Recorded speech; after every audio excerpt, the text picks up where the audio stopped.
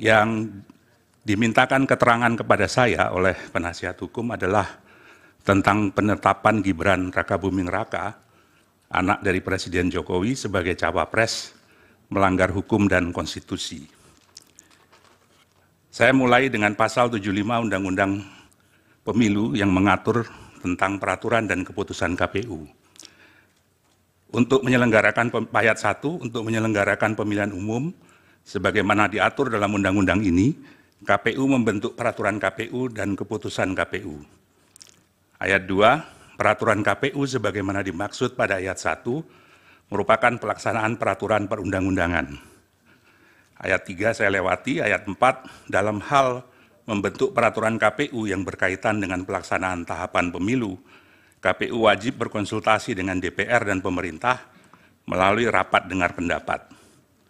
Selanjutnya, putusan Mahkamah Konstitusi nomor 90 PUU 21/2023 telah merubah pasal 169 huruf Q menjadi berusia paling rendah 40 tahun atau pernah atau sedang menduduki jabatan yang dipilih melalui pemilihan umum, termasuk pemilihan kepala daerah.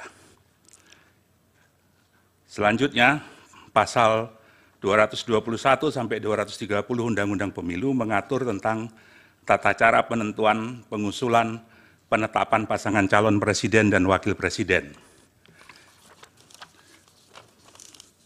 Selanjutnya, di pasal 231 ayat 4 Undang-Undang Pemilu mengatur sebagai berikut, ketentuan lebih lanjut mengenai tata cara verifikasi terhadap kelengkapan dan kebenaran dokumen persyaratan administratif bakal pasangan calon diatur dalam peraturan KPU.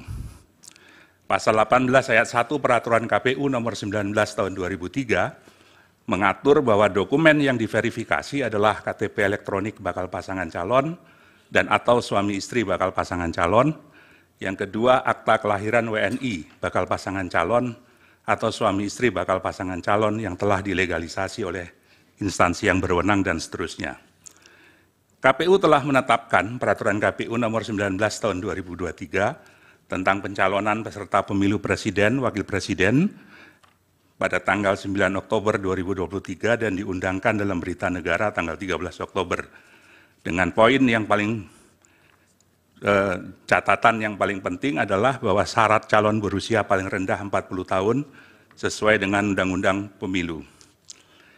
Kalau kita baca dari kronologi tahapan pendaftaran paslon dan kesesuaiannya dengan peraturan perundang-undangan, KPU berwenang menerima pendaftaran, memverifikasi berkas, dan mengumumkan hasil verifikasi pendaftaran, menetapkan pasangan calon yang memenuhi syarat, dan melakukan pengundian nomor pasangan calon sesuai dengan ketentuan.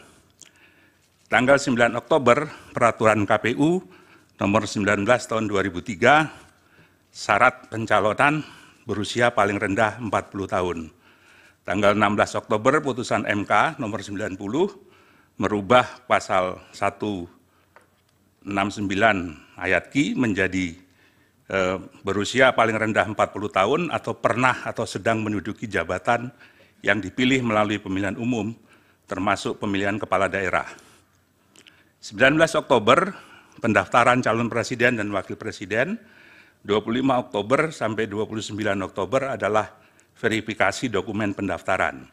Masih menggunakan PKPU nomor 19 2023. Tanggal 3 November, peraturan KPU nomor 23 tahun 2003 mengubah persyaratan sesuai dengan putusan MK.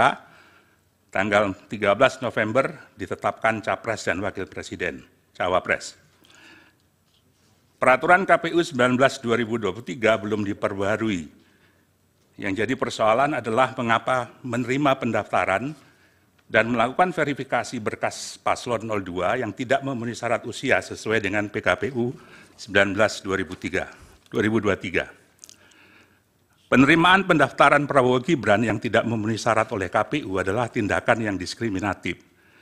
Dalam berita acara verifikasi dokumen persyaratan bakal calon presiden dan calon wakil presiden tanggal 28 Oktober 2023, berkas itu menyatakan bahwa pasangan Prabowo Gibran memenuhi syarat dan disusun dengan berdasarkan pada PKPU 19/2023 yang belum direvisi sesuai dengan putusan MK 90. Bakal cawapres Gibran yang sebenarnya berbeda dalam hal syarat umur diperlakukan sama dengan cawapres yang lain yang sudah memenuhi syarat umur, sebagaimana ditetapkan dalam Peraturan KPU 19 tahun 2023. Berkas pendaftaran paslon 02 diterima dan diverifikasi oleh KPU. Tidak sesuai dengan putusan MK nomor 27 PUU 5 Romawi 2007 yang memuat pertimbangan berkait diskriminasi. Diskriminasi adalah memperlakukan secara berbeda terhadap hal yang sama.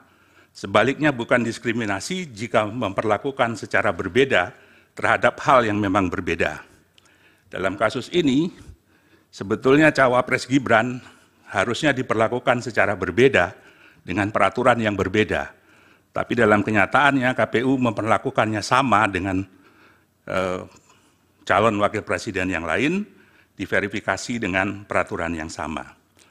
KPU melakukan tindakan dalam rangka penyelenggaraan pemilu yang tidak menaati prosedur, asas, dan prinsip penyelenggaraan pemilu yang ditetapkan dalam peraturan perundang-undangan pasal 3 huruf D, terutama di Undang-Undang Pemilu, yang menyatakan bahwa dalam menyelenggarakan pemilu, penyelenggara pemilu harus melaksanakan pemilu berdasarkan asas sebagaimana dimaksud dalam pasal 2, dan penyelenggaraannya harus memenuhi prinsip mandiri, jujur, adil, berkepastian hukum, dan selanjutnya.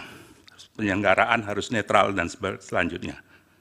Menurut prinsip keadilan pemilu, menurut IDEA, keadilan pemilu berarti memastikan bahwa setiap tindakan, prosedur, dan keputusan terkait proses pemilu adalah taat hukum. Keadilan pemilu juga berarti hak kepemiluan dilindungi, dipenuhi, dan ditegakkan.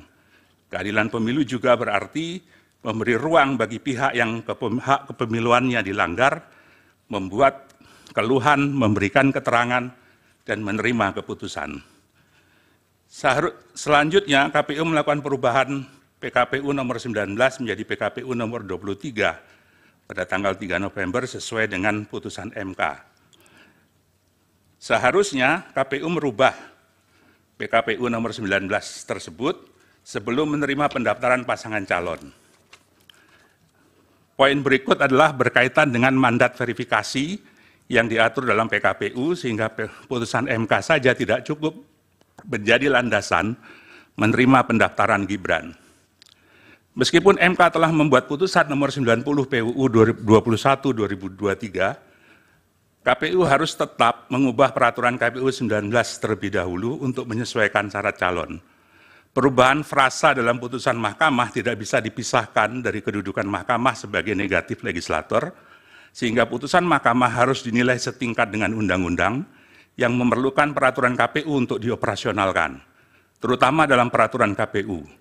Hal ini sesuai dengan perintah Undang-Undang Pemilu pasal 12, pasal 13, pasal 75 Undang-Undang Pemilu, dan lebih jauh lagi harus mengacu kepada pasal 231 ayat 4 Undang-Undang Pemilu yang memerintahkan ketentuan lebih lanjut mengenai tata cara verifikasi terhadap kelengkapan dan kebenaran dokumen persyaratan administrasi bakal pasangan calon diatur dalam peraturan KPU.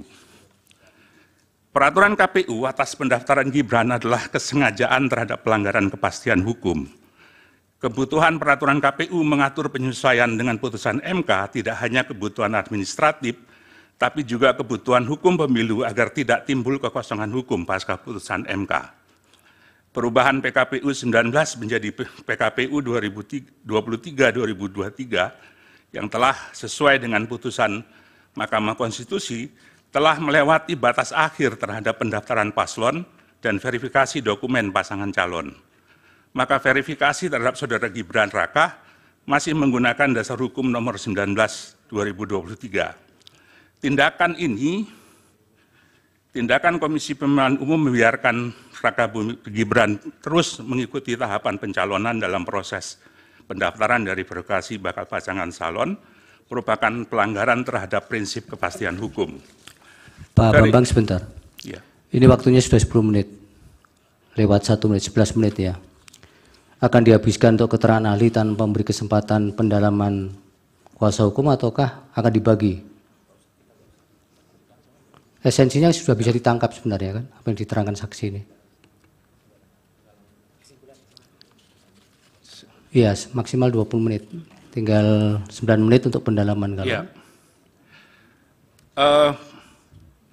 Poin saya menyimpulkan adalah ketidakjujuran dan ketidakadilan dalam proses penetapan Gibran sebagai cawapres bukan sekedar pelanggaran etika, tapi juga adalah pelanggaran hukum dan konstitusi. Catatan saya adalah kerangka hukum pemilu harus dijalankan secara konsisten dan tanpa kelalaian, serta tidak boleh diamandemen dalam jangka waktu tertentu sebelum pemilu. Perubahan persyaratan dalam waktu yang singkat di tengah proses pendaftaran mengakibatkan perubahan mendasar terhadap peta kompetisi pemilu 2024. Masuknya Gibran putra presiden menimbulkan ketimpangan arena kompetisi, sehingga pemilu sebagai demokrasi prosedural mengalami disfungsi elektoral. Undang-undang pemilu mestinya tidak diubah di tengah pemilu agar terjadi kesempatan yang sama dan tidak ada yang secara spesifik diuntungkan oleh perubahan dadakan tersebut. Terakhir, putusan MK terdahulu yang memutus diskualifikasi peserta pemilihan umum. Mahkamah Konstitusi pernah melakukan diskualifikasi terhadap calon bupati dalam putusan SELA nomor 145 PHP Bupati 19/2021 dalam kasus Pilkada Kabupaten Yalimo.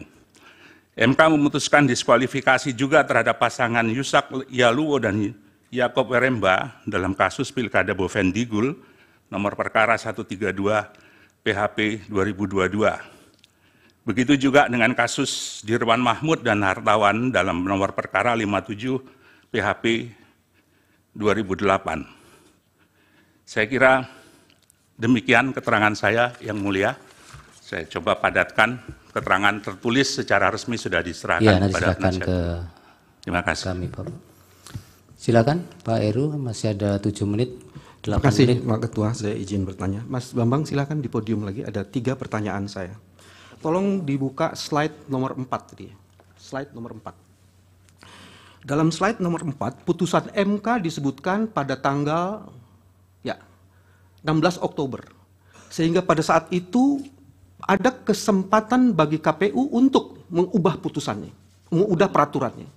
Pendaftaran paling terakhir 25 Oktober. Jadi pada saat pendaftaran CWP itu dia masih menggunakan peraturan KPU nomor 19 tahun 2023. Perubahannya baru nomor 20 tanggal 3 November. Betul begitu ya? Itu pertanyaan pertama. Bagaimana pendapat saksi mengenai itu? Terus kedua, di bukti P17 itu ada keputusan Komisi Pemilihan Umum nomor 1632 tahun 2023. Saya baca hal menimbangnya dan saya baca hal mengingatnya.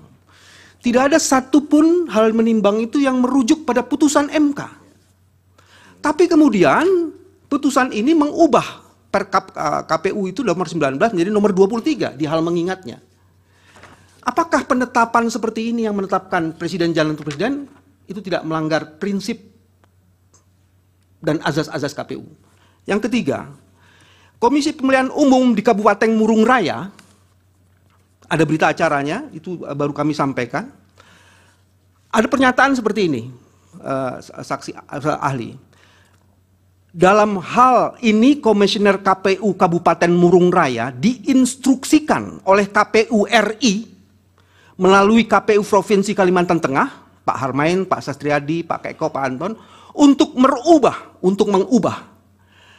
status partai politik Gelora dari status belum memenuhi syarat menjadi memenuhi syarat.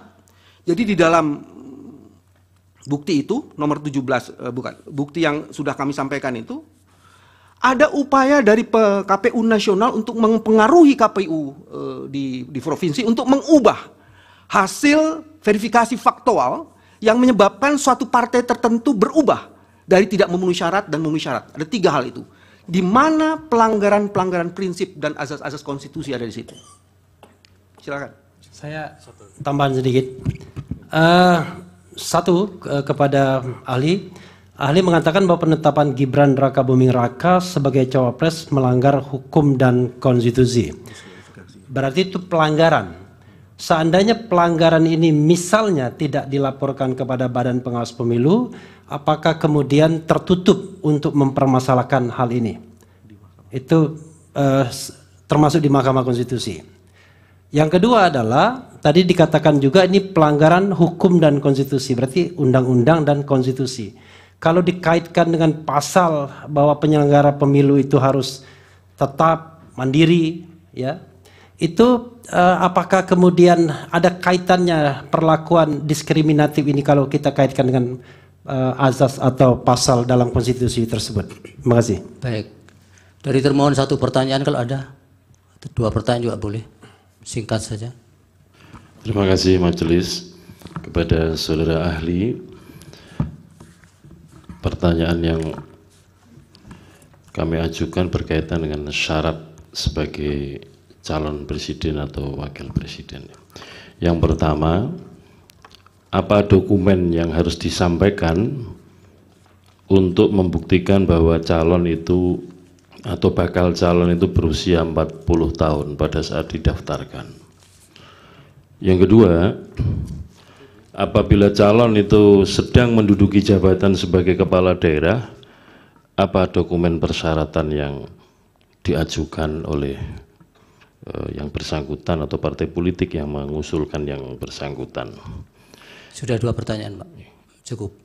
Dari pihak terkait, silakan.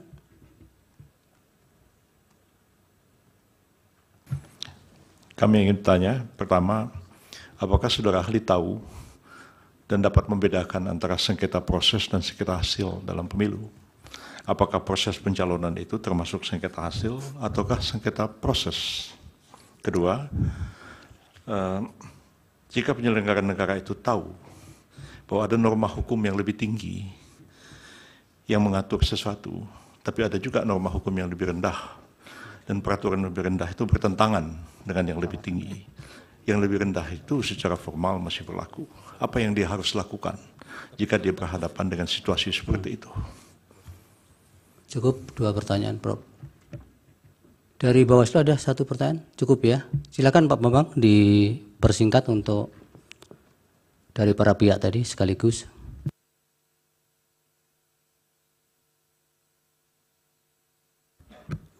Baik, Yang Mulia.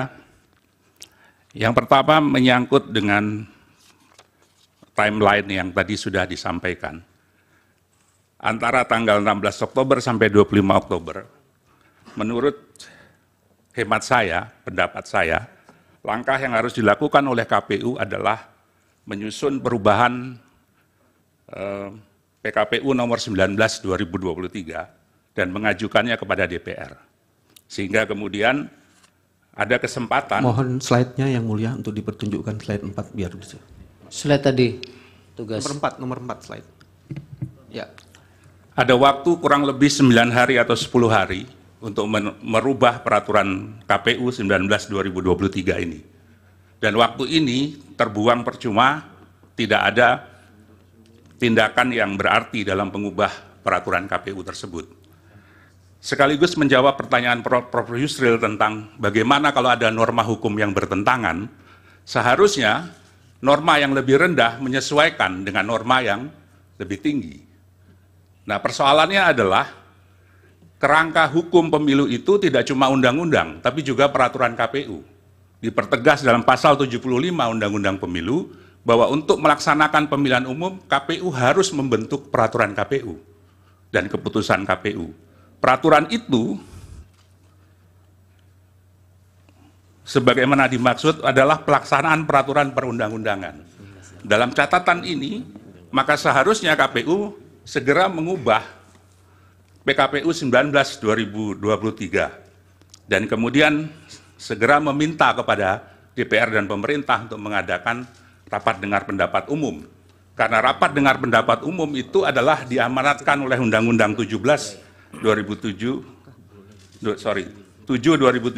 pasal 75 ayat 4. Jadi ada proses yang harus dilewati melalui hal tersebut. Pertanyaan yang kedua, saya lupa. ada Oh ya, apa namanya? putusan P17 KPU. ya. Iya. Keputusan Komisi Pemilihan Umum nomor Putusan KPU menurut saya jadi cacat secara hukum karena tidak mengacu kepada putusan Mahkamah Konstitusi nomor 90. Walaupun dia mengubah, saya tidak memegang dokumennya, mengingat pada peraturan Komisi Pemilihan Umum nomor 19, ya, dan kemudian telah diubah menjadi nomor 23. Ini menjadi pertanyaan karena ketika putusan ini dibuat, peraturan KPU nomor 23 itu belum ada, belum disahkan. Ya sudah, yang lain jawab. Yang mulia, pertanyaan saya nomor 1 belum dijawab. Saya kira belum memang, karena saya tadi kebetulan menyambung dengan pertanyaan nomor 2, Prof. Yusril. Baik, yang ketiga pertanyaan dari penasihat hukum, dalam kasus KPU Murung Raya yang diintervensi untuk mengubah status parpol Gelora, setahu saya kasus ini sudah dibawa ke DKPP, tapi menurut saya ini adalah pelanggaran serius terhadap prinsip atau asas pemilu, terutama jujur dan adil. Kenapa jujur dan adil? Karena sebetulnya hasil verifikasi faktual itu menyatakan Gelora tidak memenuhi syarat, tapi kemudian dipaksa untuk memenuhi syarat. Berarti ada perlakuan yang tidak jujur terhadap dokumen verifikasi itu. Dan ini harusnya diselidiki kenapa bisa seperti itu. Saya nggak tahu bagaimana instruksi itu dilakukan, tapi kalau berdasarkan informasi yang diterima itu, maka ini adalah tindakan yang melanggar pada prinsip atau asas jujur dan adil.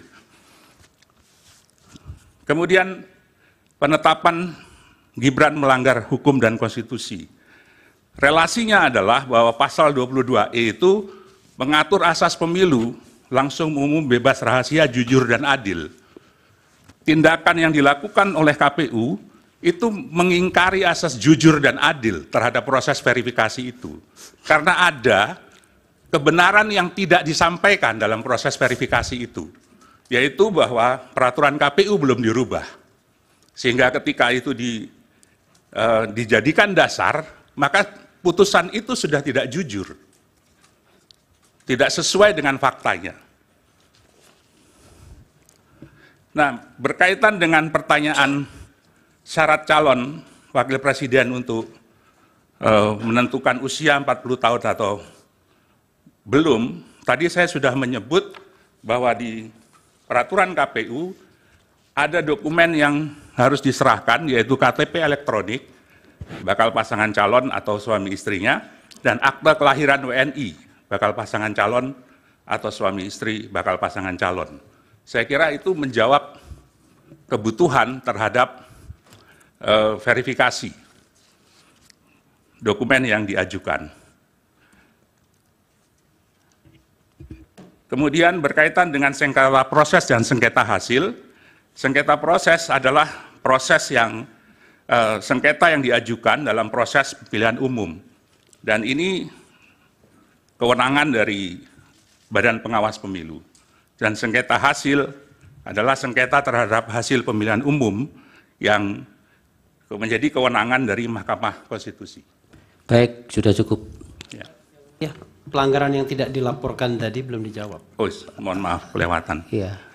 Berkaitan dengan pelanggaran yang tidak dilaporkan, saya kira mandat dari Undang-Undang Pemilu memberikan tugas kepada Badan Pengawas Pemilihan Umum untuk melakukan pengawasan secara aktif, bahkan kalau perlu proaktif. Ya, itu kan dan normatifnya, preemptif. Pak. Yang ini kan yang lolos dari itu. Justru itu saya harus bertanya, Yang Mulia.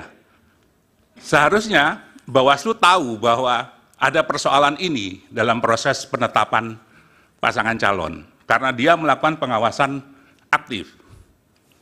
Pertanyaannya, apakah Bawaslu mengambil tindakan terhadap pelanggaran ini? Saya tidak tahu, saya tidak punya dokumen tentang itu terhadap ini. Nah, mungkin nanti bisa ditanyakan kepada Ketua Bawaslu. Baik. Apakah ada langkah-langkah Ya. yang dilakukan untuk pelanggaran yang dilakukan oleh KPU tersebut. Terima kasih, Yang Baik, Mulia. Pak Bambang. Dari Hakim ada? Yang Mulia, ada satu pertanyaan yang belum dijawab. Termohon. Termohon baru dijawab satu. Iya. yang soal apabila ada orang yang kedudukannya sedang menjabat sebagai kepala daerah dicalonkan sebagai presiden atau wakil presiden, dokumen persyaratan apa yang diajukan ke KPU? Terima kasih. Tahu Pak Bambang? Baik, setahu saya mestinya adalah SK yang bersangkutan sebagai kepala daerah ditambah izin dari presiden, karena seorang kepala daerah harus mengajukan izin kepada presiden. Baik. Dari Yang Mulia ada? Baik, nanti Pak Heru yang ahli itu siapkan kertas sama pulpen jadi kelupaan nggak jawabannya ada yang tertinggal. Baik, terima kasih Pak Bambang keterangannya mudah-mudahan bermanfaat untuk mahkamah dalam mengambil keputusan.